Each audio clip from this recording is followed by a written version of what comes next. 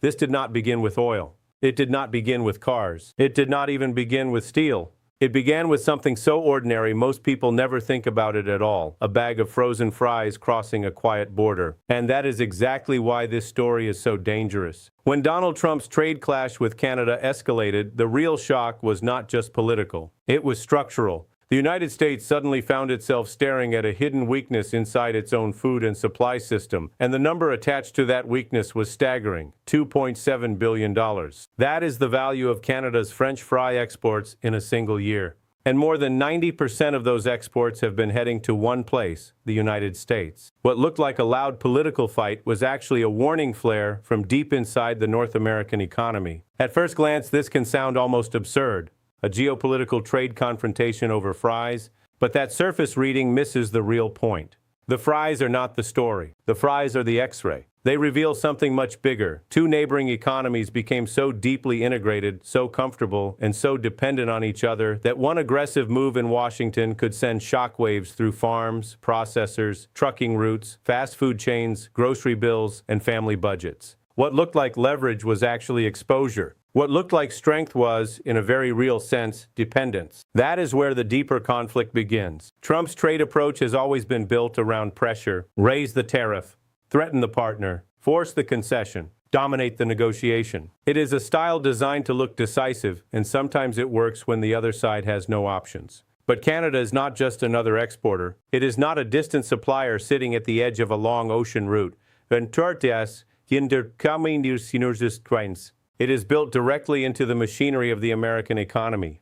Canadian aluminum flows into U.S. manufacturing. Canadian energy supports refineries and power demand. Canadian lumber matters to housing. Canadian agriculture reaches straight into American kitchens. Once tariffs hit that kind of relationship, the damage does not stay at the border. It moves inward. And this is the part most people missed. The supply shock was never just about whether a product would disappear tomorrow morning. It was about what happens when trust disappears first. A supply chain can survive pressure better than it can survive uncertainty. If the rules keep changing, if the tariff threat can return at any moment, companies do not wait for disaster. They start moving early. They search for other buyers. They redesign contracts. They change routes, financing, storage, and investment plans. The moment the relationship starts to look unstable, the old map begins to break. If you're already starting to see how much bigger this is than the headline, stay with me, because the next layer changes the entire meaning of the fight. To understand why this matters, you have to see how invisible this dependency became. In the last full market year, Canada exported about $2.7 billion worth of French fries. Roughly 91% went south to the U.S. That means an enormous share of the fries served in American fast food restaurants starts with Canadian potatoes, Canadian processing plants, and Canadian cold chain logistics. And it does not stop there. The U.S. also relies heavily on Canada for canola oil, a key frying input. A huge share of the canola oil used in America is imported, and almost all of those imports come from Canada. In other words, one side of the border helps grow, process, and ship the potato, and the other side helps sell it as a cheap, everyday food. It is not one transaction. It is one joined system. On paper, a tariff looks simple. Government adds a cost, foreign supplier loses competitiveness, domestic production rises, national strength increases. That is the theory. In reality, deeply integrated systems do not behave so neatly. A tariff on a rival you barely depend on is one thing. A tariff on a partner embedded inside your own supply chain is something else entirely. That decision does more than raise costs. It changes incentives. And when incentives change, systems move. Canadian producers do not have to wait around and hope Washington becomes predictable again. They can start looking to Asia, Europe, and Latin America. American buyers do not instantly replace decades of processing capacity. Restaurants do not magically find a cheaper substitute. And consumers do not escape the bill. This is why the trade clash felt so much larger than the products being discussed. The issue was not just whether fries would become more expensive. The issue was whether North America had been running on a quiet illusion for years. The illusion that interdependence could be weaponized without consequence. It cannot. Once one side starts treating shared infrastructure like a bargaining chip, the other side starts treating that relationship like a risk. Before we go further, tell me in the comments whether you think that was a strategy or a strategic mistake, because the answer says a lot about how you see power in the modern economy. The trigger matters here. Trump's tariff politics toward Canada did not emerge in a vacuum. It came wrapped in arguments about border control, unfair trade, industrial protection, national security, and economic sovereignty. Then came broader pressure on metals and warnings about more sectors. Canada answered with retaliatory tariffs of its own on billions of dollars worth of U.S. goods. So what started as pressure quickly became a duel. But once that line was crossed, the fight was no longer just about winning the next news cycle. It became about whether a decades-old trade architecture could still be trusted by the businesses that actually keep it alive. That is where the real cost begins to spread. A tariff rarely arrives as one clean, dramatic explosion. It behaves more like pressure moving through pipes. First, the importer pays more. Then the processor recalculates. Then the distributor adjusts contracts. Then the restaurant looks at margins. Then the menu changes. Then the customer notices the price. A family paying a little more for a fast food meal may not connect that moment to a trade decision made months earlier, but the connection is real. For small restaurant owners, the pain is even sharper. Big chains can negotiate, hedge, and absorb some pressure. Independent operators often cannot. They either raise prices, accept lower profit, or cut quality. And quality matters more than people think. Food systems are not just about quantity. They are about consistency. The reason large restaurant chains value established suppliers is not only cost, it is reliability. It is standardized size, starch levels, cooking behavior, storage, delivery timing, and predictable quality control. Once that chain is disrupted, replacing it is not like swapping one box for another. You may find potatoes, but not the same ones. You may find frying oil, but not at the same price. You may get product, but not with the same margins, texture, or shelf life. What looks like a minor trade dispute can quietly change what millions of people eat and what they pay for it. Now step back from the drive-through window and look at the farm. Potato farming is not a switch that can be flipped on command. Processing plants are not built in a season. Cold storage does not appear because a politician says it should. Seed supply, acreage planning, contracts, equipment, labor, water use, transport, and financing all work on long timelines. That is the flaw in the fantasy that a trade shock automatically creates domestic strength. If the domestic capacity is not ready, then the short-term result is not resilience. It is disruption. And disruption in agriculture is especially dangerous because it compounds over time. One bad decision can affect planting, contracting, and investment well beyond the headline moment. If you value calm, sharp analysis of stories like this, subscribe and stay with me, because what happened next was not a temporary market scare. It was a shift in behavior. Canada did what rational suppliers usually do when a major customer becomes politically unstable. It began thinking harder about diversification. That word sounds technical and harmless, but it carries enormous meaning. Diversification means new buyers, new ports, new contracts, new financing relationships, new market priorities. It means Canadian producers no longer treat the United States as the unquestioned destination for everything. And once that mindset changes, the old model starts to fade. Even if tariffs are reduced later, the memory of instability remains. Businesses remember who treated them like partners and who treated them like leverage. This is why what looked temporary may now be structural. Canada is not only a potato exporter, it is one of the world's more advanced potato processing economies. A very large share of its potato production goes into processing, one of the highest ratios anywhere. That matters because processing creates lock-in. Once factories, growers, and logistics firms are configured to serve certain markets, those markets matter for years. If Canadian firms decide that future growth should go to Asia, Europe, or other non-U.S. destinations, America does not simply get that volume back by calming the rhetoric. The deeper issue was not supply alone. It was confidence. And confidence, once damaged, is expensive to rebuild. The irony is almost brutal. A policy sold as protection can end up teaching your supplier to live without you. A strategy designed to increase control can reduce influence. The louder side may dominate the headlines, while the quieter side changes the map. Canada does not need to win a shouting match to alter the outcome. It only needs to reduce its exposure over time.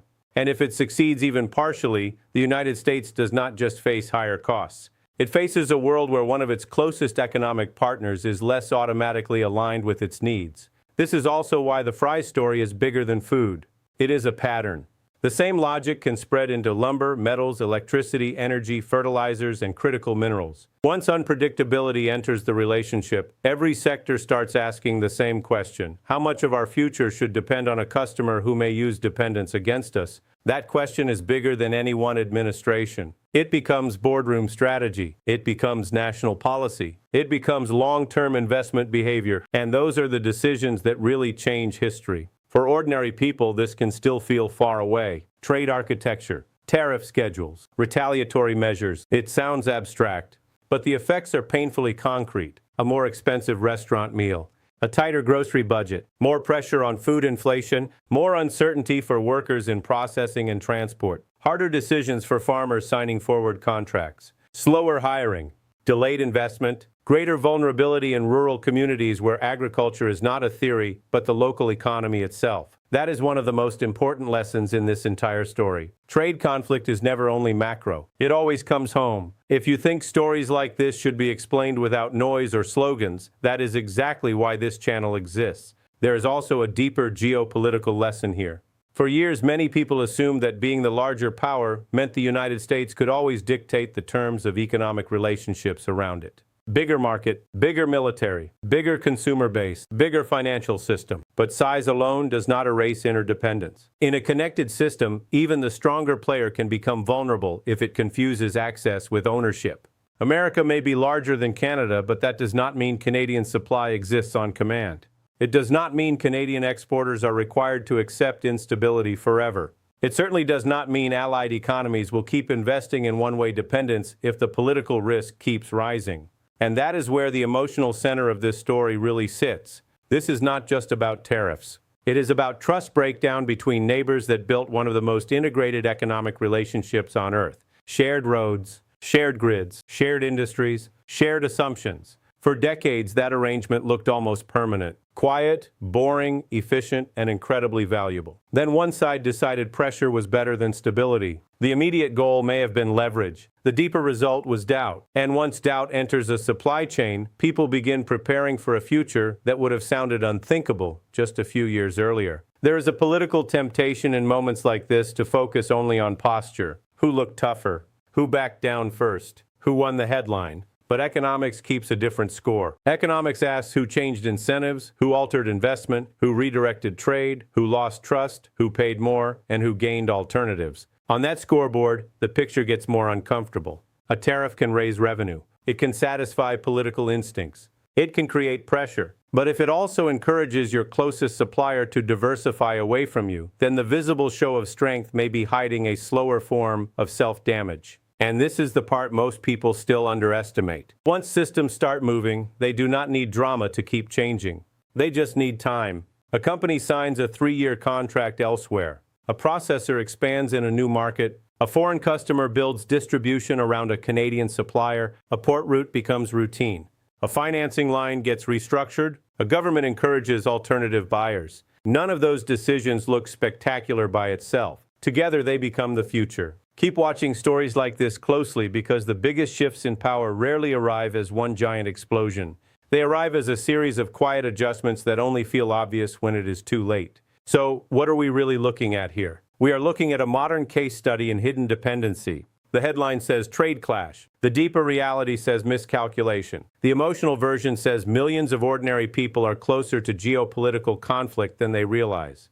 Not through missiles, not through blockades. Through prices, supply, trust, contracts, and the silent machinery of daily life. Something as simple as fries reveals how fragile a political system becomes when it treats stable interdependence like disposable leverage. Trump's supporters can still argue that forcing a reset was necessary, that dependence on foreign supply is dangerous, and that America must rebuild domestic capacity no matter the short-term pain. That argument is not foolish. Every major power eventually has to confront its vulnerabilities. But the question is not whether resilience matters. Of course it does. The question is whether you can build resilience by destabilizing a system before the replacement exists. On paper, that looks smart.